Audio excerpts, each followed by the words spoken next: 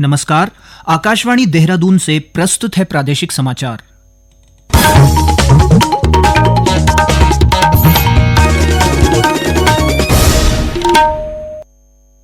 पहले मुख्य समाचार। राष्ट्रपति द्रौपदी मुर्मू ने हरिद्वार स्थित पतंजलि विश्वविद्यालय के दीक्षांत समारोह को संबोधित किया। श्रीमती मुर्मू ने वर्ष 2047 तक भारत को विकसित राष्ट्र बनाने में महिलाओं और पुरुषों की समान भागीदारी की आवश्यकता पर बल दिया। प्रदेश में साहसिक पर्यटन को बढ़ावा देने के उद्देश्य से आदि कैलाश क्षेत्र में पहली बार आदि कैलाश परिक्रमा रन का आयोजन। आईसीसी महिला क्रिकेट विश्व कप के फाइनल में आज भारत का मुकाबला दक्षिण अफ्रीका से होगा। और इसरो आज शाम देश के सबसे भारी संचार उपग्रह CMS-03 का प्रक्षेपण करेगा। प्रादेशिक समाचारों के साथ मैं अखिलेश चंद्र गैरोला। और अब समाचार विस्तार से। राष्ट्रपति द्रौपदी मुर्मू ने कहा कि वर्ष 2047 तक भारत को विकसित राष्ट्र बनाने के लिए महिलाओं और पुरुषों की समान भागीदारी आवश्यक है। हरिद्वार में आज पतंजलि विश्वविद्यालय के दूसरे दीक्षांत समारोह को संबोधित करते हुए राष्ट्रपति ने कहा कि शिक्षित बेटियां भारत का गौरव बढ़ाएंगी। कार्यक्रम में राज्यपाल ने कहा कि प्रधानमंत्री नरेंद्र मोदी के नेतृत्व में भारत ने योग को विश्व स्तर पर नई पहचान दिलाई है। उन्होंने कहा कि स्वास्थ्य क्षेत्र में बड़ी क्रांति आई है और भारत की प्राचीन संस्कृति का पुनरुत्थान हो रहा है। मुख्यमंत्री पुष्कर सिंह धामी ने अपने संबोधन में कहा कि नई शिक्षा नीति के माध्यम से उत्तराखंड शोध और आर्टिफिशियल इंटेलिजेंस से जुड़ रहा है। उन्होंने कहा कि राज्य में तकनीकी नवाचार और रोजगार के नए अवसर बन रहे हैं तथा युवाओं को नौकरी खोजने वाला नहीं बल्कि नौकरी देने वाला बनाने की दिशा में कार्य किया जा रहा है। इससे पहले राष्ट्रपति के जॉली ग्रांट एयरपोर्ट पहुंचने पर राज्यपाल गुरमीत सिंह और मुख्यमंत्री पुष्कर सिंह धामी ने उनका स्वागत किया। राष्ट्रपति मुर्मू आज देहरादून के राजपुर रोड में फुट ओवर ब्रिज का उद्घाटन करेंगी और राष्ट्रपति निकेतन में अंतर्राष्ट्रीय साहित्य, संस्कृति और कला महोत्सव के प्रतिभागियों के साथ बातचीत करेंगी। वे कल देहरादून में आयोजित विधानसभा के विशेष सत्र को संबोधित करेंगी और इसके बाद नैनीताल राजभवन की स्थापना के 125 वर्ष पूर्ण होने पर आयोजित समारोह में शामिल होंगी। राष्ट्रपति 4 नवंबर को कैंची धाम में नीम करोली बाबा के आश्रम का दर्शन करेंगी और नैनीताल स्थित कुमाऊं विश्वविद्यालय के 20वें दीक्षांत समारोह में शामिल होंगी। प्रदेश के साहसिक पर्यटन के इतिहास में एक नया अध्याय जुड़ गया है। राज्य की पहली हाई एल्टीट्यूड अल्ट्रा मैराथन आदि कैलाश परिक्रमा रन ने हाल ही में आदि कैलाश के पवित्र और दुर्गम क्षेत्र में सफलतापूर्वक अपनी शुरुआत की। इस ऐतिहासिक दौड़ में 100 से अधिक अल्ट्रा धावकों ने हिस्सा लिया, जिनका जोश और हौसला 0 से 7 डिग्री सेल्सियस तक की कड़ाके की ठंड में भी देखने योग्य था। केंद्रीय राज्य मंत्री अजय टम्टा ने कहा कि यह मैराथन उत्तराखंड राज्य की स्थापना के 25 वर्ष पूर्ण होने के उपलक्ष्य में आयोजित की गई है और इसका उद्देश्य सीमावर्ती क्षेत्रों में साहसिक पर्यटन को बढ़ावा देना है। हम सब के लिए बहुत ही गौरव का दिन है और मैं समझता हूँ कि जो आदि कैलाश जिस प्रकार से माननीय प्रधानमंत्री जी के यहाँ आगमन के बाद और बहुत सारी एक्टिविटीज सरकार के माध्यम से चलाई जा रही है, ये पहली ऐसी हाई एल्टीट्यूड अल्ट्रा मैराथन यहाँ होने जा रही है और लगभग 22 स्टेट के लोग यहाँ पर 700 से ज्यादा इसमें प्रतिभाग करने वाले हैं। ये अपने आप में एक नया इतिहास बन रहा है। उत्तराखंड का पारंपरिक लोक पर्व इगास बूढ़ी दीपावली प्रदेश भर में हर्षोल्लास, भक्ति और उत्साह के साथ मनाया गया। इस पर्व पर उत्तरकाशी में सांस्कृतिक विरासत की अनूठी छटा देखने को मिली। रामलीला मैदान में आयोजित सांस्कृतिक कार्यक्रम में चीड़ की लकड़ी और रस्सी से बनी मशालें जलाकर ढोल दमाऊं की पारंपरिक धुनों पर युवाओं और महिलाओं ने लोकगीतों के साथ भैलो नृत्य प्रस्तुत किया। रुद्रप्रयाग जिले के गुलाबराय मैदान में सामूहिक भैलो का आयोजन किया गया। इस अवसर पर आयोजित कार्यक्रम को संबोधित करते हुए कैबिनेट मंत्री सौरभ बहुगुणा ने कहा कि उत्तराखंड की लोक संस्कृति, परंपराएं और लोक पर्व हमारी पहचान हैं, जिन्हें संजोकर रखना सभी का दायित्व है। इस दौरान जिला अधिकारी प्रतीक जैन ने गढ़वाली बोली में जिले वासियों को इगास की बधाई दी।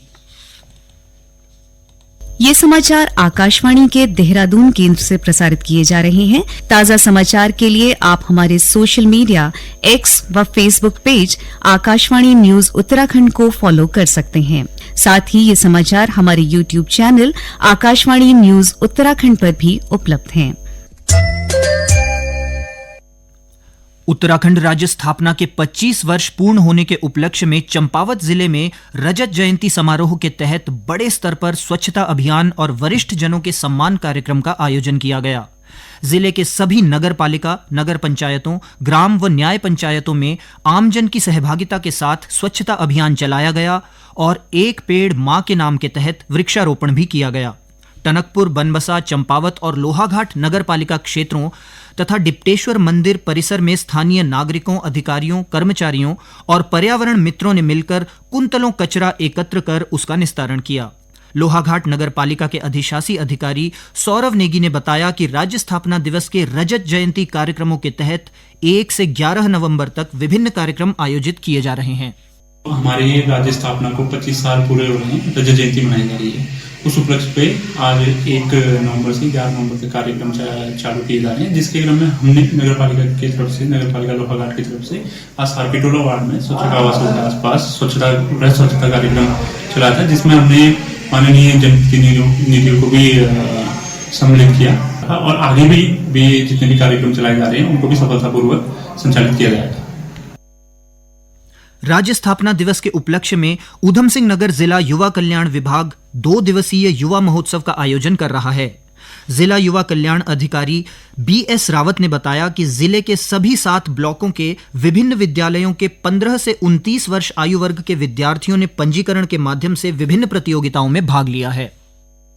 राज्य स्थापना रजत जयंती अवसर पर 2 दिवसीय युवा महोत्सव का आयोजन किया जा रहा है।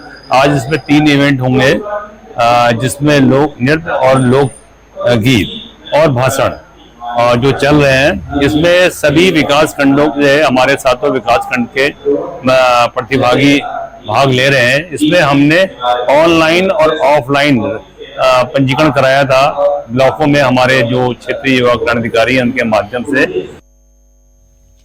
नैनीताल हल्द्वानी रोड पर 2 गांवों के पास कल देर रात पर्यटकों का वाहन अनियंत्रित होकर खाई में गिर गया, जिसमें 2 व्यक्तियों की मौत हो गई जबकि 16 अन्य पर्यटक घायल हो गए। घायलों का उपचार नजदीकी अस्पताल में चल रहा है। दिल्ली निवासी पर्यटकों का यह दल बीते दिनों बाबा नीब करौरी के दर्शन के लिए कैंची धाम आया था और शनिवार देर रात दिल्ली लौटते समय यह हादसा हो गया। भारतीय अंतरिक्ष अनुसंधान संगठन इसरो आज शाम 5:26 पर देश के सबसे भारी संचार उपग्रह CMS-03 का प्रक्षेपण करेगा। यह प्रक्षेपण आंध्र प्रदेश के श्रीहरिकोटा स्थित सतीश धवन अंतरिक्ष केंद्र से किया जाएगा। CMS-03 एक बहुबैंड सैन्य संचार उपग्रह है, जिसे GSAT-7R के नाम से भी जाना जाता है। इसे देश के सबसे शक्तिशाली रॉकेट लॉन्च व्हीकल मार्क 3 के माध्यम से प्रक्षेपित किया जाएगा। इसरो ने कहा कि यह उपग्रह भारतीय भूभाग सहित समुद्री क्षेत्र में विस्तृत सेवाएं प्रदान करेगा।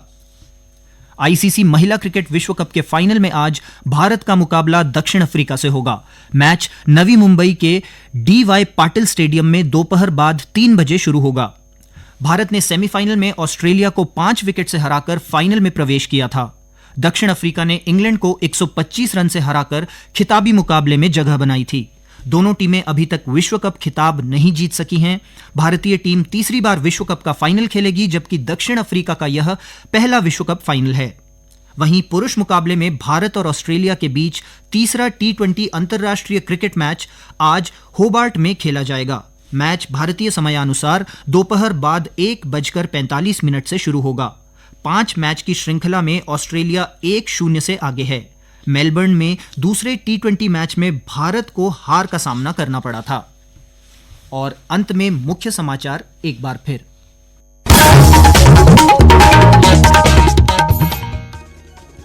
राष्ट्रपति द्रौपदी मुर्मू ने हरिद्वार स्थित पतंजलि विश्वविद्यालय के दीक्षांत समारोह को संबोधित किया। श्रीमती मुर्मू ने वर्ष 2047 तक भारत को विकसित राष्ट्र बनाने में महिलाओं और पुरुषों की समान भागीदारी की आवश्यकता पर बल दिया। प्रदेश में साहसिक पर्यटन को बढ़ावा देने के उद्देश्य से आदि कैलाश क्षेत्र में पहली बार आदि कैलाश परिक्रमा रन का आयोजन। ICC महिला क्रिकेट विश्व कप के फाइनल में आज भारत का मुकाबला दक्षिण अफ्रीका से होगा। और इसरो आज शाम देश के सबसे भारी संचार उपग्रह CMS-03 का प्रक्षेपण करेगा। इसके साथ ही प्रादेशिक समाचारों का ये अंक समाप्त हुआ। अगला समाचार बुलेटिन शाम 6:30 बजे प्रसारित किया जाएगा। नमस्कार।